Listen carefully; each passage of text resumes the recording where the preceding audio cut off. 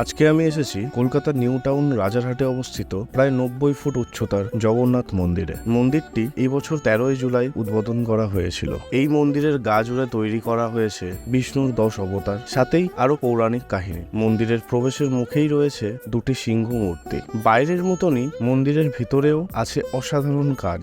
মন্দিরের ভেতরে রয়েছে 3টি গর্ভগৃহ, যার মধ্যে একটিতে রয়েছে প্রভু বলরাম, জগন্নাথ এবং সুভদ্রা, আর আরেকটিতে রয়েছে মা সীতা, রামচন্দ্র, লক্ষণ এবং আরেকটিতে পবনপুত্র হনুমান।